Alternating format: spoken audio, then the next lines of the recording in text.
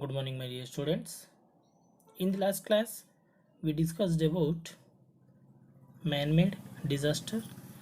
In this man-made disaster, we already discussed about industrial accidents and transport-related accident.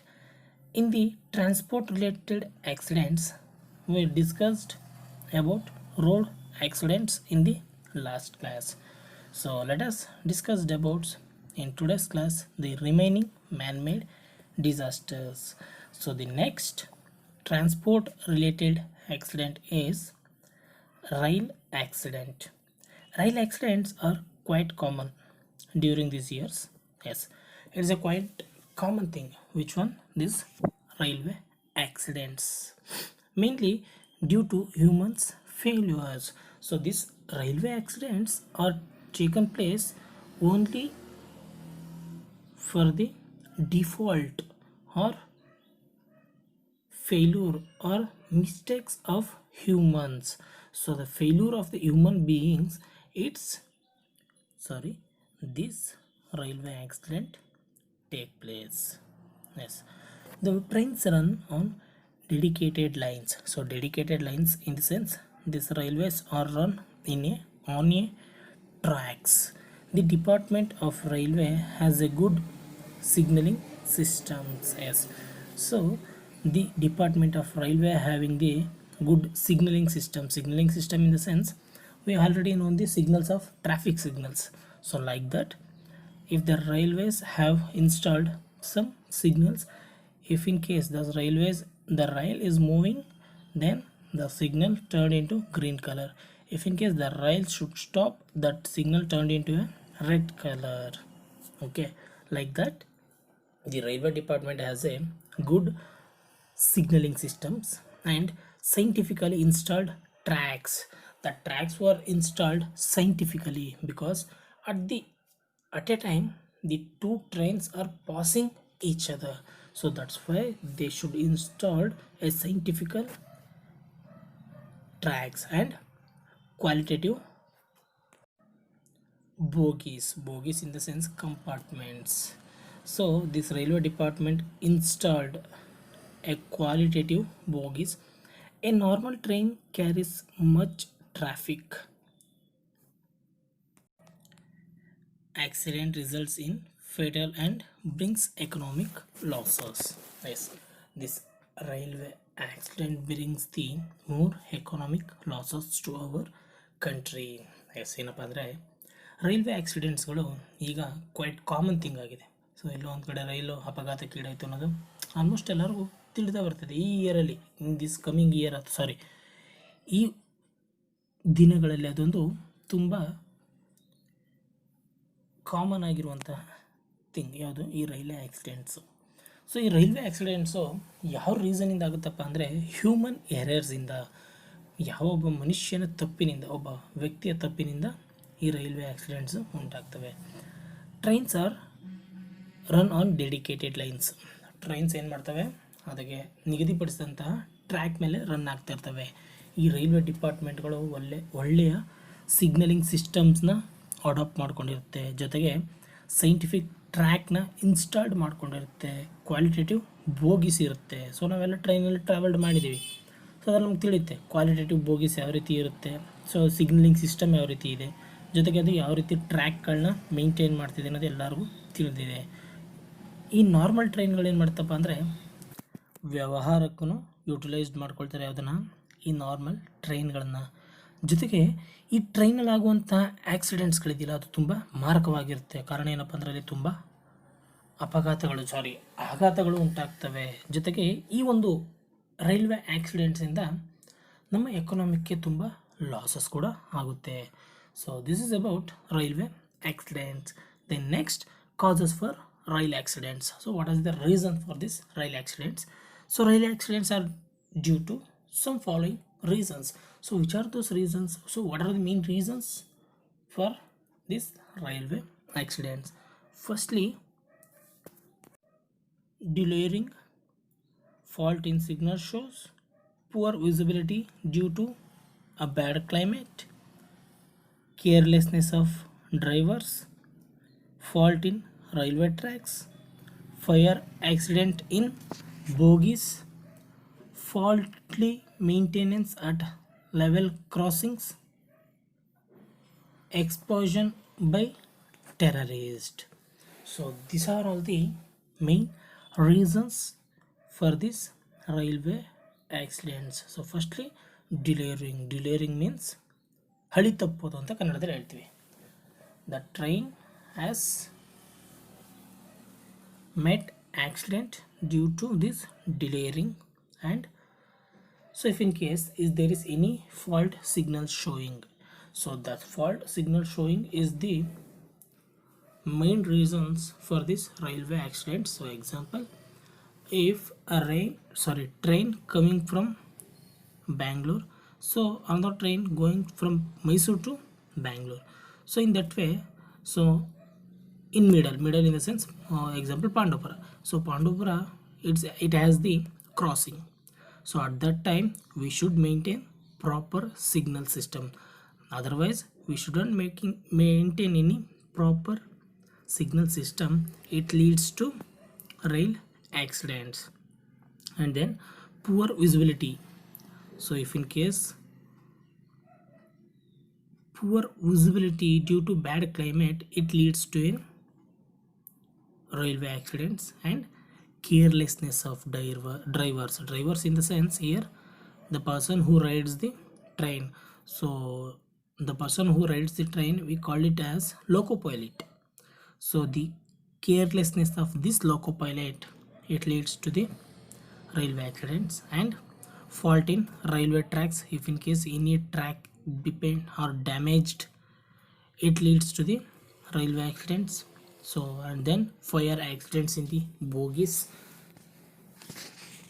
and fault maintenance level of crossing systems. So already I told that if in case they should not maintain any crossing system, in case of fault crossing system, they adopt fault crossing system, this leads to the rail accidents and explosions by the terrorist. So if in case the terrorist are explode, so it will leads to the railway accidents.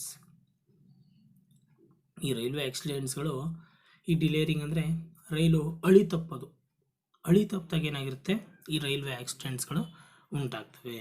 ಜೊತೆಗೆ ಸಿಗ್ನಲ್ಗಳು, I mean ರೆಡ್ಗಾಗಿರ್ಬೋದು, green ಆಗಿರ್ಬೋದು, ಎಲ್ಲೋ ಆಗಿರ್ಬೋದು, ಈ ಸಿಗ್ನಲ್ಗಳನ್ನ ಸರಿಯಾಗಿ ತೋರಿಸ್ದೇ ಇದ್ದಾಗ railway accidents ಉಂಟಾಗ್ತವೆ. ಜೊತೆಗೆ ಟ್ರೈನ್ನ ride ಮಾಡಬೇಕಾದ್ರೆ ಫ್ರಂಟ್ ವಿಸಿಬಿಲಿಟಿ ಇಲ್ಲದೇ ಇದ್ದಾಗ, ಬ್ಯಾಡ್ ಕ್ಲೈಮೇಟ್ಗಳಿಂದ ವಿಸಿಬಿಲಿಟಿ ಇರೋದಿಲ್ಲ, ಆ ವಿಸಿಬಿಲಿಟಿ ಇಲ್ಲದೇ ಇದ್ದಾಗಲೂ ಏನಾಗಿರುತ್ತೆ, ಈ ರೈಲ್ವೆ ಆಕ್ಸಿಡೆಂಟ್ಸ್ಗಳು ಉಂಟಾಗ್ತವೆ. ಜೊತೆಗೆ ಈ ಡ್ರೈವರ್ಸ್ಗಳು carelessness, drivers in the sense loco ಪೈಲಟ್ಗಳು. ಈ ಲೋಕೋ ಪೈಲಟ್ ಅಂದರೆ ಟ್ರೈನ್ನ ರೈಡ್ ಮಾಡುವಂಥ ಒಬ್ಬ ವ್ಯಕ್ತಿನ, ಟ್ರೈನ್ನ ಓಡಿಸೋರು ನಾವೇನಂತ ಕರಿತೀವಿ, ಲೋಕೋ ಪೈಲಟ್ ಅಂತ ಕರಿತೀವಿ. ಈ ಲೋಕೋ ಪೈಲಟ್ಗಳ ಕೇರ್ಲೆಸ್ನೆಸ್ಸಿಂದ, ಅವರ ಅಜಾಗರೂಕತೆಯಿಂದ ಏನಾದ್ರೂ ತೊಂದರೆಗಳು ಉಂಟಾದರೆ ಅದೇನಾಗಿರುತ್ತಪ್ಪ ಅಂದರೆ ಆಕ್ಸಿಡೆಂಟ್ಸ್ಗೆ ದಾರಿ ಮಾಡಿಕೊಡುತ್ತೆ. ಜೊತೆಗೆ ಟ್ರ್ಯಾಕ್ಗಳನ್ನು ಸರಿಯಾಗಿ ಮೇಂಟೈನ್ ಮಾಡದೇ ಇದ್ದಾಗ, ಎಲ್ಲರೂ ಒಂದು ಕಡೆ ಟ್ರ್ಯಾಕು ಸರಿಯಾಗಿ ಇಲ್ಲದೇ ಇದ್ದಾಗ ಬಿರುಕುಬಿಟ್ಟಾಗ ಏನಾಗಿರುತ್ತೆ, ಟ್ರೈನು ಆಟೋಮೆಟಿಕ್ಕಾಗಿ ಆಕ್ಸಿಡೆಂಟ್ಸ್ ಆಗಿರುತ್ತೆ.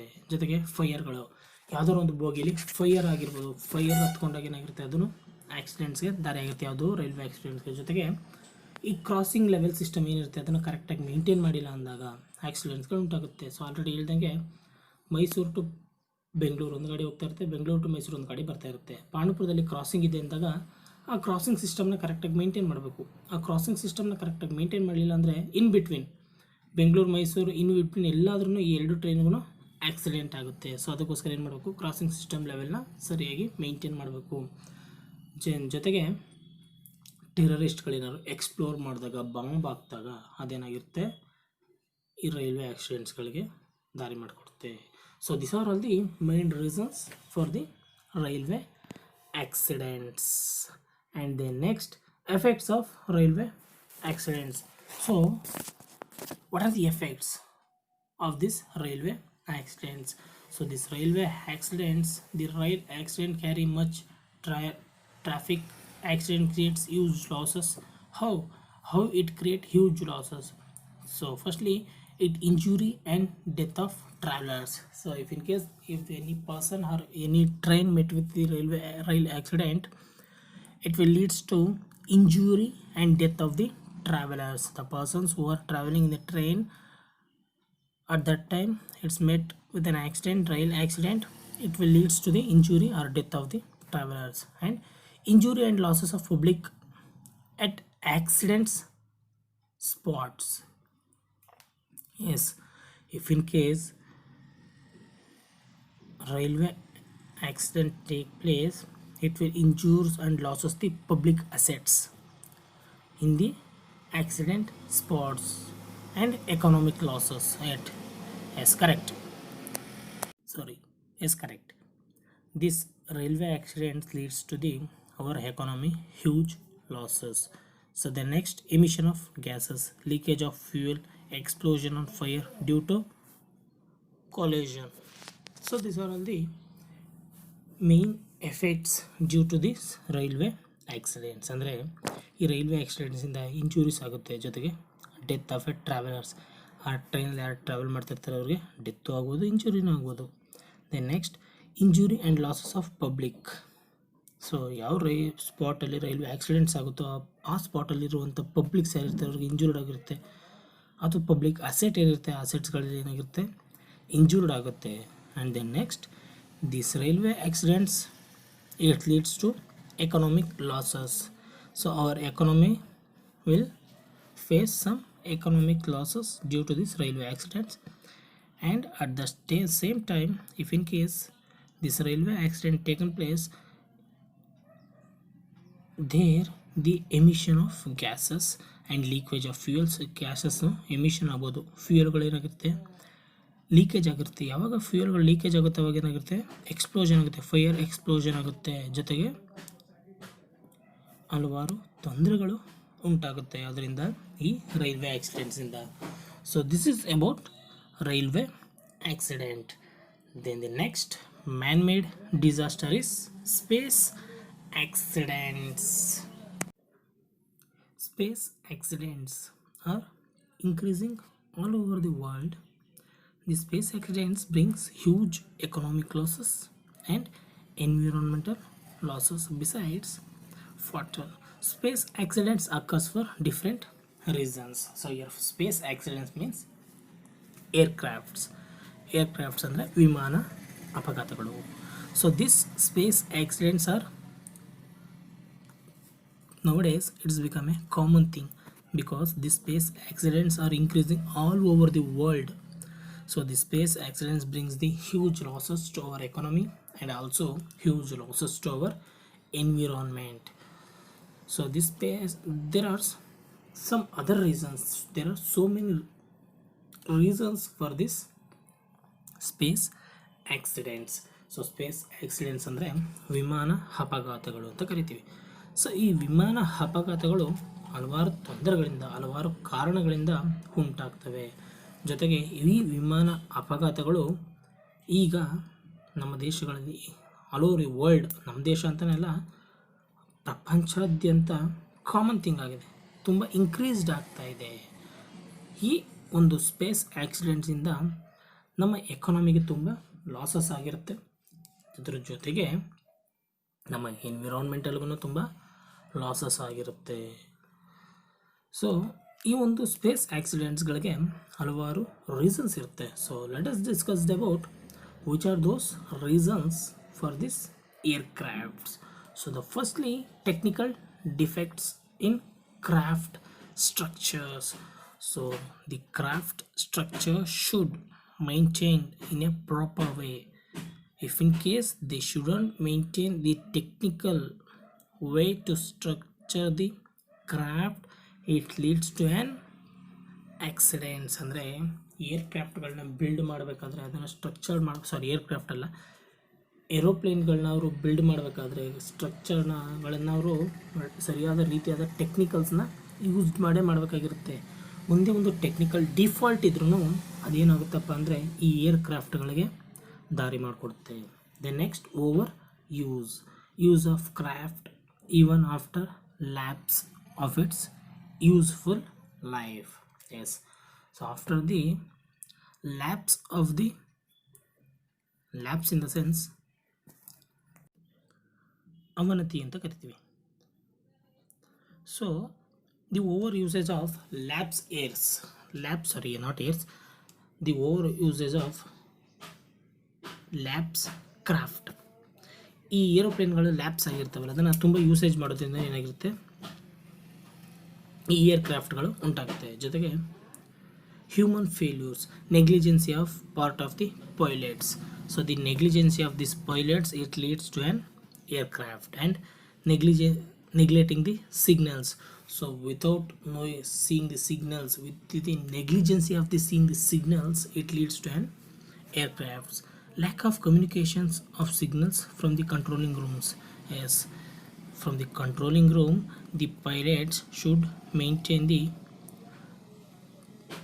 communication system, should maintain the proper communication system. So otherwise it leads to an aircrafts and bad climate. Yes, it is the main reasons for the aircraft. So if in case is there is any bad climate after takeoff of the flight, so at the time of landing is there is any bad climate, it will leads to this aircraft. And then next, hijacking by terrorist. So hijacking means the terrorist hijack the flights. So these are all the main reasons for the space accidents or aircraft accidents. ಈ aircraft accidents ಯಾವುದರಿಂದ ಉಂಟಾಗುತ್ತಪ್ಪ ಅಂದರೆ technical ಎರರ್ಸಿಂದ. ಈ ಏರೋಪ್ಲೇನ್ಗಳನ್ನ structured ಮಾಡಬೇಕಾದ್ರೆ, build ಮಾಡಬೇಕಾದ್ರೆ ಏನಾದ್ರು technical ಎರರ್ಗಳಿದ್ರೆ ಆ technical ಎರರ್ಗಳನ್ನು ಸರಿಪಡಿಸ್ಕೊಂಡೇ ಮಾಡಬೇಕು. ಅಲ್ಲೇನಾದ್ರು technical ಎರರ್ಗಳನ್ನು ಜಾಸ್ತಿ ಮಾಡಿದಾಗ ಏನಾಗಿರುತ್ತೆ, ಈ ರೈಲ್ವೆ ಆಕ್ಸಿಡೆಂಟ್ಸು ಉಂಟಾಗುತ್ತೆ. ಜೊತೆಗೆ ಆಲ್ರೆಡಿ ಅವಧಿ ಮುಗಿದೋಗಿರುವಂಥ ಏರ್ಕ್ರಾಫ್ಟ್ಗಳನ್ನು ಜಾಸ್ತಿ ಯೂಸ್ ಮಾಡಿದಾಗ ಏನಾಗಿರುತ್ತೆ, ಕ್ರಾಫ್ಟ್ಗಳನ್ನು ಜಾಸ್ತಿ ಯೂಸ್ ಮಾಡಿದಾಗ ಏನಾಗಿರುತ್ತೆ, ಈ ಏರ್ಕ್ರಾಫ್ಟ್ಗಳು ಉಂಟಾಗುತ್ತೆ. ಜೊತೆಗೆ ಈ ಪೈಲಟ್ಸ್ ಏನಿರ್ತಾರೆ ಹ್ಯೂಮನ್ ಎರರ್ಸ್ ಅಂತ ಕರಿತೀವಿ, ಹ್ಯೂಮನ್ಸ್ ಫೇಲ್ಯೂರ್ಸ್ ಅಂತ ಕರಿತೀವಿ. ಈ ಪೈಲಟ್ಗಳಲ್ಲಿ ಏನಾದ್ರು ಫಾಲ್ಟ್ ಉಂಟಾದರೆ, ಪೈಲಟ್ಸ್ಗಳಲ್ಲಿ ನೆಗ್ಲಿಜೆನ್ಸಿಯಿಂದ ಆಗುವಂಥ ತೊಂದರೆಗಳಿಂದ ಏನಾಗಿರುತ್ತೆ, ಏರ್ಕ್ರಾಫ್ಟು ಉಂಟಾಗುತ್ತೆ. ಜೊತೆಗೆ ಸಿಗ್ನಲ್ಗಳನ್ನು ನೆಗ್ಲೆಕ್ಟ್ ಮಾಡಿದಾಗ, ಅಲ್ಲಿ ಡಿಸ್ಪ್ಲೇಡ್ ಆಗುವಂಥ ಸಿಗ್ನಲ್ ಏನಾದ್ರು ಅವರು ನೆಗ್ಲೆಕ್ಟ್ ಮಾಡಿದ್ರೆ ಅದೇನಾಗಿರುತ್ತೆ, ಈ ಏರ್ಕ್ರಾಫ್ಟ್ಗಳಿಗೆ ದಾರಿಯಾಗುತ್ತೆ. ಜೊತೆಗೆ ಕಂಟ್ರೋಲಿಂಗ್ ರೂಮ್ ಏನಿರುತ್ತೆ, ಆ ಕಂಟ್ರೋಲಿಂಗ್ ರೂಮ್ ಜೊತೆ ಈ ಪೈಲಟ್ಗಳು ಆಗಿಂದಾಗೆ ಕಮ್ಯುನಿಕೇಷನ್ ಸಿಸ್ಟಮ್ ಮಾಡ್ತಾನೆ ಇರ್ಬೇಕು, ಕಂಟಿನ್ಯೂಸ್ ಆಗಿ ಕಮ್ಯುನಿಕೇಷನ್ ಸಿಸ್ಟಮ್ ಇರಬೇಕು. ಯಾವಾಗ ಟೇಕ್ ಆಫ್ ಆದಾಗಿಂದನೂ ಲ್ಯಾಂಡ್ ಆಗೋವರೆಗೂ ಅಲ್ಲೇನಾದರೂ ಕಮ್ಯುನಿಕೇಷನ್ ಸಿಸ್ಟಮಲ್ಲಿ ತೊಂದರೆ ಆದರೆ ಏನಾಗಿರುತ್ತೆ, ಏರ್ಕ್ರಾಫ್ಟ್ಗಳು ಉಂಟಾಗುತ್ತೆ. ಸೊ ಸಡನ್ ಬ್ಯಾಡ್ ಕ್ಲೈಮೇಟ್. ನೆಕ್ಸ್ಟ್ ಯಾವುದೋ ಈ ಬ್ಯಾಡ್ ಕ್ಲೈಮೇಟ್ಗಳು. ಟೇಕ್ ಆಫ್ ಆದಾಗ ಕ್ಲೈಮೇಟ್ ಏನೂ ತೊಂದರೆ ಇರೋದಿಲ್ಲ, ಬಟ್ ಲ್ಯಾಂಡಿಂಗ್ ಟೈಮಲ್ಲಿ ಕ್ಲೈಮೇಟ್ ಚೇಂಜ್ ಆದಾಗ ಅದೇನಾಗಿರುತ್ತೆ, ನಮಗೆ ಆಪೋಸಿಟ್ ರನ್ವೇ ಕಾಣಿಸೋದಿಲ್ಲ. ಆ ರನ್ವೇ ಕಾಣಿಸ್ತಾ ಇದ್ದಾಗ ಪೈಲಟ್ ಏನು ಮಾಡ್ತಾನೆ, ಇಲ್ಲ ಒಂದು ಕಡೆ ಲ್ಯಾಂಡ್ ಮಾಡೋದಕ್ಕೆ ರನ್ವೇ ಅಂದ್ಕೊಂಡು ಲ್ಯಾಂಡ್ ಮಾಡಿಬಿಡ್ತಾನೆ. ರನ್ವೇ ಅಂತ ಲ್ಯಾಂಡ್ ಮಾಡಿದಾಗ ಏನಾಗಿರುತ್ತೆ, ಅದು ಆಕ್ಸಿಡೆಂಟ್ಸ್ಗೆ ದಾರಿಯಾಗುತ್ತೆ. ದೆ ನೆಕ್ಸ್ಟ್ ಹೈಜಾಕ್ ಅಂದರೆ ಪ್ಲೇನ್ನ ಕಿಡ್ನಾಪ್ ಮಾಡೋದನ್ನು ಹೈಜಾಕ್ ಅಂತ ಕರೀತಾರೆ. ಸೊ ಈ ರೀತಿ ಏನು ಮಾಡ್ತಾರೆ, ಟೆರರಿಸ್ಟ್ಗಳು ಪ್ಲೇನ್ನ ಕಿಡ್ನ್ಯಾಪ್ ಮಾಡ್ತಾರೆ, ಅದನ್ನು ಹೈಜಾಕ್ ಅಂತ ಕರೀತಾರೆ. ಸೊ ಈ ರೀತಿ ಹೈಜಾಕ್ ಮಾಡೋದು. So these are all the main reasons for this air crafts. Then next, controlling measures should taken by the common to avoid this aircraft. So what are those controlling measures should taken to avoid this aircraft?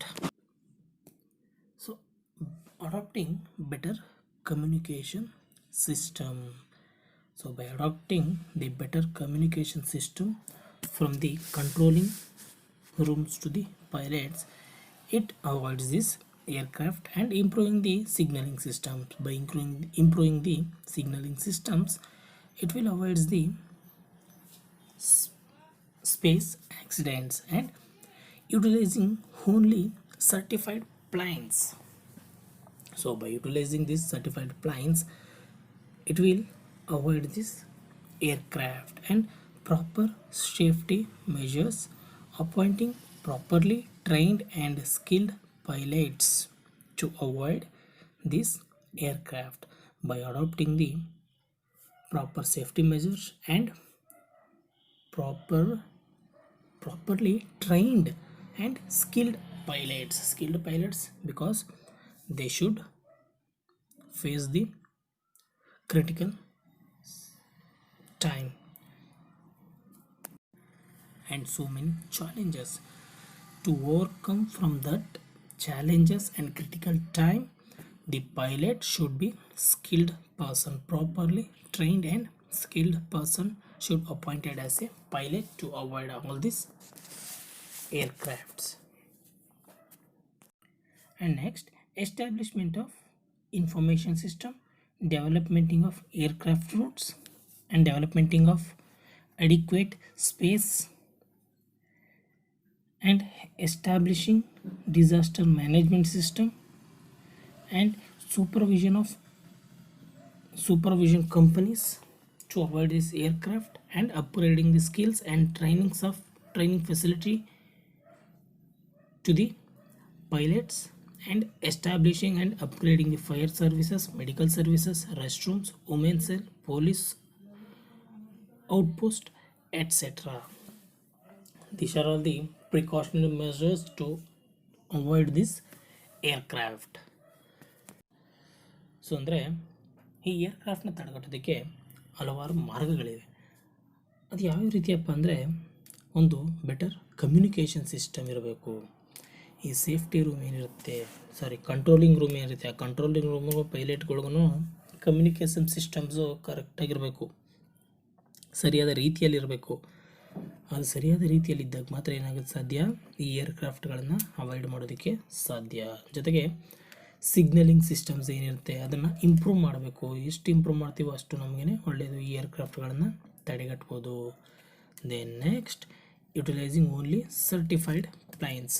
ಗೌರ್ಮೆಂಟಿಂದ certified ಆಗಿರುವಂಥ ಪ್ಲೇನ್ಸ್ಗಳನ್ನು ಮಾತ್ರ ಏನು ಮಾಡಬೇಕು, use ಮಾಡಬೇಕು. ಯಾವುದಕ್ಕೆ, travel ಮಾಡೋದಕ್ಕೆ ಆಗಿರ್ಬೋದು, ಇನ್ನೊಂದಕ್ಕೆ ಆಗಿರ್ಬೋದು. ಸರ್ಟಿಫೈಡ್ ಆಗಿರುವಂಥ ಪ್ಲೇನ್ಸ್ನ ಯೂಸ್ ಮಾಡೋದ್ರಿಂದ ಏನಾಗಿರುತ್ತೆ, ಏರ್ಕ್ರಾಫ್ಟ್ಗಳು ಕಡಿಮೆ ಆಗಿರುತ್ತೆ. ಬಿಕಾಸ್ ಈ ಸರ್ಟಿಫೈಡ್ ಟ್ರೈನ್ಸ್ಗಳಲ್ಲಿ ಸರಿಯಾದ ಟೆಕ್ನಿಕಲ್ಸ್ನ ಯೂಸ್ ಮಾಡಿಕೊಂಡು ಅದನ್ನು ಬಿಲ್ಡ್ ಮಾಡಿರ್ತಾರೆ. ಅದರಿಂದ ಸರ್ಟಿಫೈಡ್ ಪ್ಲೇನ್ಸ್ನೇ ಯೂಸ್ ಮಾಡಬೇಕು. ದೆನ್ ನೆಕ್ಸ್ಟ್, ಪ್ರಾಪರ್ ಸೇಫ್ಟಿ ಮೆಜರ್ಸ್ಗಳನ್ನ ತಗೊಳ್ಬೇಕು. ಜೊತೆಗೆ ಅಲ್ಲಿರುವಂಥ ಪೈಲಟ್ಗಳನ್ನು ಅಪಾಯಿಂಟ್ ಮಾಡ್ಕೊಳ್ಬೇಕಾದ್ರೆ ಅವರು ವೆಲ್ಲಿ ಟ್ರೈನ್ಡ್ ಆಗಿರೋರು, ಜೊತೆಗೆ ಒಳ್ಳೆಯ ಸ್ಕಿಲ್ಲನ್ನು ಹೊಂದಿರುವಂತಹ ಪೈಲಟ್ಗಳನ್ನು ಅಪಾಯಿಂಟ್ ಮಾಡ್ಕೊಳ್ಬೇಕು. ಜೊತೆಗೆ establishment of information system. So ಅಲ್ಲಿ ಸಿಗುವಂಥ ಇನ್ಫಾರ್ಮೇಷನ್ನ ಡೆವಲಪ್ ಮಾಡಬೇಕು. ಜೊತೆಗೆ ಆ ಪ್ಲೇನ್ಗಳು ರನ್ವೇ ಇರುತ್ತಲ್ಲ, ಆ ರನ್ವೇನ ಡೆವಲಪ್ ಮಾಡಬೇಕು, ಸ್ಪೇಸ್ನ ಇನ್ಕ್ರೀಸ್ ಮಾಡಬೇಕು, ಅಡಿಕ್ವೇಟ್ ಸ್ಪೇಸ್ ಕೊಡಬೇಕು. ಅದ್ರ ಜೊತೆಗೆ ಸೇಫ್ಟಿ ಮೆಜರ್ಸ್ಗಳನ್ನು ಇರ್ತದೆ ಇನ್ನೂ ಇನ್ಕ್ರೀಸ್ ಮಾಡಬೇಕು. ಇರುವಂಥ ಸೇಫ್ಟಿ ಮೆಜರ್ಸ್ ಜೊತೆಗೆ ಇನ್ನೂ ಇನ್ಕ್ರೀಸ್ ಮಾಡಿದಾಗ ಒಳ್ಳೆಯದಾಗುತ್ತೆ. ಏರ್ಕ್ರಾಫ್ಟ್ಗಳನ್ನು ತಡೆಗಟ್ಬೋದು. ಸಿಗ್ನಲಿಂಗ್ ಸಿಸ್ಟಮ್ಸ್ನ ಇನ್ಕ್ರೀಸ್ ಮಾಡಬೇಕು ಅಂತ ಆಲ್ರೆಡಿ ಹೇಳಿದ್ದೀನಿ. Then establishment of disaster management system. ಈ ಡಿಸಾಸ್ಟರ್ ಮ್ಯಾನೇಜ್ಮೆಂಟ್ ಸಿಸ್ಟಮ್ನ ಎಸ್ಟಾಬ್ಲಿಷ್ ಮಾಡಬೇಕು, ಅದ್ರ ಬಗ್ಗೆ ಎಲ್ಲರಿಗೂ ತಿಳಿಸ್ಕೊಡ್ಬೇಕು, ಅದ್ರ ಬಗ್ಗೆ ಎಲ್ಲರಿಗೂ ಒಂದು ನಾಲೆಡ್ಜ್ ಇರಬೇಕು. ಆ ರೀತಿ ನಾಲೆಡ್ಜ್ ಇದ್ದಾಗ ಇದನ್ನು ಅವಾಯ್ಡ್ ಮಾಡೋದಕ್ಕೆ ಸಾಧ್ಯ ಆಗುತ್ತೆ. Then next, constructing earthquake resistant stations. ಈ ಅರ್ಥಕ್ವೇಕ್ಗಳನ್ನ ಅಂದರೆ ಭೂಕಂಪಗಳನ್ನ ರೆಸಿಸ್ಟ್ ಮಾಡುವಂಥ ಸ್ಟೇಷನ್ಸ್ ಅಂದರೆ ಈ ರನ್ವೇಗಳು, ಪ್ಲೇನ್ನ ಸ್ಟಾಪ್ ಮಾಡ್ತಾರೆ, ಆ ರನ್ವೇಗಳನ್ನು ಪ್ರಿಪೇರ್ ಮಾಡಬೇಕಾಗಿರುತ್ತೆ. ಅರ್ಥಕ್ವೇಕ್ಗಳನ್ನ ಕಂಟ್ರೋಲ್ ಮಾಡೋ ಕೆಪಾಸಿಟಿ ಇರೋ ರೀತಿಯಲ್ಲಿ ಅದನ್ನು ಕನ್ಸ್ಟ್ರಕ್ಟ್ ಮಾಡಬೇಕಾಗಿರುತ್ತೆ. ದೆನ್ ಸೂಪರ್ವಿಷನ್ ಸಿಸ್ಟಮ್ಸ್ನ ಇನ್ಕ್ರೀಸ್ ಮಾಡಬೇಕಾಗಿರುತ್ತೆ. ಸ್ಕಿಲ್ಸ್ಗಳೇನಿರುತ್ತೆ ಆಲ್ರೆಡಿ ಇರುತ್ತೆ, ಎಲ್ಲರಿಗೂ ಸ್ಕಿಲ್ ಇರುತ್ತೆ, ಟ್ರೈನಿಂಗ್ನ ಕೊಟ್ಟಿರ್ತಾರೆ. ಅದರಲ್ಲೇ ಇನ್ನೂ ಹೆಚ್ಚಿನ ಸ್ಕಿಲ್ಸ್ಗಳನ್ನು ಜೊತೆಗೆ ಹೆಚ್ಚಿನ ಟ್ರೈನಿಂಗ್ನ ಕೊಡಬೇಕಾಗಿರುತ್ತೆ. ಯಾರಿಗೆ, ಪೈಲಟ್ಗಳಿಗೆ. Then next, outdated chopper should be abandoned. ಅಂದರೆ ಈ ಔಟ್ಡೇಟೆಡ್ ಆಲ್ರೆಡಿ ಲ್ಯಾಪ್ಸ್ ಆಗಿರುವಂಥ ಚಾಪರ್ಗಳೇನಿರ್ತವೆ, ಹೆಲಿಕಾಪ್ಟರ್ಗಳೇನಿರ್ತವೆ ಅದನ್ನೆಲ್ಲ ಏನು ಮಾಡಬೇಕು, ಅಬಾಂಡೆಡ್ ಮಾಡಬೇಕು. ಅದರ ಯೂಸ್ ಮಾಡೋದಕ್ಕೆ ಅವಕಾಶವನ್ನು ಕೊಡಬಾರ್ದು. Then establishing and upgrading fire services. So ಇರುವಂಥ ಫೈರ್ ಸರ್ವಿಸ್ ಏನಿದೆ ಅದನ್ನೇ ಅಪ್ಗ್ರೇಡ್ ಮಾಡಬೇಕು. ಜೊತೆಗೆ ಮೆಡಿಕಲ್ ಸರ್ವಿಸಸ್ನ ಅಪ್ಗ್ರೇಡ್ ಮಾಡಬೇಕು. ರೆಸ್ಟ್ ರೂಮ್ಗಳೇನಿದೆ, ವುಮೆನ್ಸ್ ಸೆಲ್ ಏನಿದೆ, ಪೊಲೀಸ್ ಔಟ್ ಪೋಸ್ಟ್ ಏನಿದೆ, ಇದನ್ನೆಲ್ಲ ಏನು ಮಾಡಬೇಕು, ಡೆವಲಪ್ ಮಾಡಬೇಕು, ಅಪ್ಗ್ರೇಡ್ ಮಾಡಬೇಕು. ಸೊ ಇದೆಲ್ಲ ಪ್ರಿಕಾಷನರಿ ಮೆಜರ್ಸ್ನ ತೊಗೊಂಡಾಗ ಏನು ಮಾಡೋದಕ್ಕೆ ಸಾಧ್ಯ, ತೊಗೊಂಡಾಗ ಏನಾಗಿರುತ್ತೆ, ಈ ಒಂದು ಸ್ಪೇಸ್ ಆಕ್ಸಿಡೆಂಟ್ಸ್ಗಳನ್ನ ತಡೆಗಟ್ಟೋದಕ್ಕೆ ಸಾಧ್ಯ ಆಗಿರುತ್ತೆ. Okay, so this is about the space accident. And then next, wars. So it is also an man-made disaster. The world has witnessed 2 world wars in the last centuries. So ಕಳೆದ ಶತಮಾನಗಳಲ್ಲಿ ಏನಾಗಿದೆ, 2 ಯುದ್ಧಗಳನ್ನು ನಾವು ಎದುರಿಸಿದ್ದೀವಿ. So nowadays ಅಂದರೆ ಇತ್ತೀಚೆಗೆ 2 ವಾರಗಳಾಗಿದೆ, ಒಂದು ವಾರ ಆಗಿದೆ. ಯಾವುದು, Iraq ಮತ್ತು ಅಫ್ಘಾನಿಸ್ತಾನ್ ಮಧ್ಯೆ ವಾರ ಆಗಿದೆ, ಯುದ್ಧ ಸಂಭವಿಸಿದೆ. The post war situations is not tolerable. ಅಂದರೆ ಈ ಯುದ್ಧಗಳಾದ ನಂತರ ಅದರಿಂದ ಆಗುವಂಥ ಪರಿಣಾಮಗಳಿದೆಯಲ್ಲ, ಅದನ್ನು ಯೋಚನೆ ಮಾಡೋದಕ್ಕೂ ಸಾಧ್ಯ ಆಗೋದಿಲ್ಲ. ಎಷ್ಟು ರೀತಿಯ ಪರಿಣಾಮಗಳು ಉಂಟಾಗೋದು ಅನ್ನೋದನ್ನು ಯೋಚನೆ ಮಾಡೋದಕ್ಕೆ ಸಾಧ್ಯ ಆಗೋದಿಲ್ಲ. Loss of innocent lifes and damages of public properties and economic losses is enormous. reconstruction of post-war destruction is due to default and involves challenges. ಅಂದರೆ ಈ ಒಂದು ವಾರಗಳಿಂದ ಏನೇನಪ್ಪ ಅಂದರೆ ತುಂಬ ಹಲವಾರು ಸಿಚುವೇಶನ್ನ ಫೇಸ್ ಮಾಡಬೇಕಾಗಿರುತ್ತೆ. ಅದರ ಜೊತೆಗೆ ನಾವು ಅದನ್ನು ಗೆಸ್ ಮಾಡೋದಕ್ಕೂ ಸಾಧ್ಯ ಆಗೋದಿಲ್ಲ, ಯಾವ ರೀತಿ ಇರುತ್ತೆ ಅದನ್ನು ಅಂತ. ಈ ಒಂದು ವಾರದಿಂದ ಹಲವಾರು ಲಾಸಸ್ಗಳು ಉಂಟಾಗಿರುತ್ತೆ. ಅಲ್ಲಿ ಎಷ್ಟೋ ಇನ್ನೋಸೆಂಟ್ ಜೀವಗಳು ಹೋಗ್ತವೆ, ಇನ್ನೋಸೆಂಟ್ ಮೆಂಬರ್ಸ್ಗಳು ಸಾವನ್ನಪ್ತಾರೆ. ಜೊತೆಗೆ ಪಬ್ಲಿಕ್ ಪ್ರಾಪರ್ಟಿ ಡ್ಯಾಮೇಜ್ ಆಗಿರುತ್ತೆ, ನಮ್ಮ ಎಕಾನಮಿ ತುಂಬ ಲಾಸ್ನ ಅನುಭವಿಸ್ಬೇಕಾಗಿರುತ್ತೆ. ಸೊ ಇಲ್ಲಿ ಹಲವಾರು ಡಿಸ್ಟ್ರಕ್ಷನ್ಸ್ಗಳಾಗ್ತವೆ, ಡಿಸಾಸ್ಟರ್ ಆಗ್ತವೆ, ಹಲವಾರು ತೊಂದರೆಗಳು ಉಂಟಾಗ್ತವೆ. ಯಾವುದರಿಂದ? ಈ ಒಂದು ಯುದ್ಧಗಳಿಂದ. So wars is the recent past. ಅಂದರೆ ಈಗ ನಡೆದಂಥ ಯುದ್ಧಗಳಲ್ಲಿ ಯಾವ್ಯಾವ ರೀತಿ ತೊಂದರೆಗಳು ಉಂಟಾದವು, ಎಷ್ಟು ಅಪಘಾತಗಳು, ಎಷ್ಟು ಜೀವಗಳು ಅನ್ನೋದನ್ನು ತಿಳ್ಕೊಳ್ಳುವ. So first world war. So ನಮ್ಗೆ ಗೊತ್ತಿದೆ 2 ವರ್ಲ್ಡ್ ವಾರ್ ನಡೆದಿದೆ ಅಂತ. ಸೊ ಅದರಲ್ಲಿ ಮೊದಲನೇ ವರ್ಲ್ಡ್ ವಾರ್ ನಡೆದಿದ್ದು 1914 to 1918, ಅಂದರೆ 4 years ನಡೆದಿದೆ. ಯಾವುದೋ first world ವಾರು. So location world over, ಅಂದರೆ ಪ್ರಪಂಚದಾದ್ಯಂತ ಈ ವರ್ಲ್ಡ್ ವಾರ್ ನಡೆದಿದೆ. ಇದರಲ್ಲಿ 31 million ಜನ ಸಾವನ್ನಪ್ಪಿದ್ರು. ಅದರಲ್ಲಿ ಫಸ್ಟ್ ವರ್ಲ್ಡ್ ವಾರಲ್ಲಿ. And then next second world war take place on 1939 to 1945. Approximately 6 years this second world war taken place. ಅಂದರೆ 6 ವರ್ಷಗಳು ನಡೆದಿದೆ ಯಾವುದು, ಈ ವರ್ಲ್ಡ್ ವಾರ್. 1939ರಿಂದ ಸೆಕೆಂಡ್ ವರ್ಲ್ಡ್ ವಾರ್ 1939ರಿಂದ 1945ವರೆಗೂ ನಡೆದಿದೆ. ಈ ವರ್ಲ್ಡ್ ವಾರೂ ವರ್ಲ್ಡ್ ಓವರ್ ನಡೆದಿದೆ, ವರ್ಲ್ಡ್ ವೈಡ್ ನಡೆದಿದೆ. ಜೊತೆಗೆ ಇಲ್ಲಿ 58 million ಜನ ಸಾವನ್ನಪ್ಪಿದ್ದಾರೆ. Then next Afghan war. So ಈ ವಾರು 1979 to 2000ವರೆಗೂ ನಡೆದಿದೆ.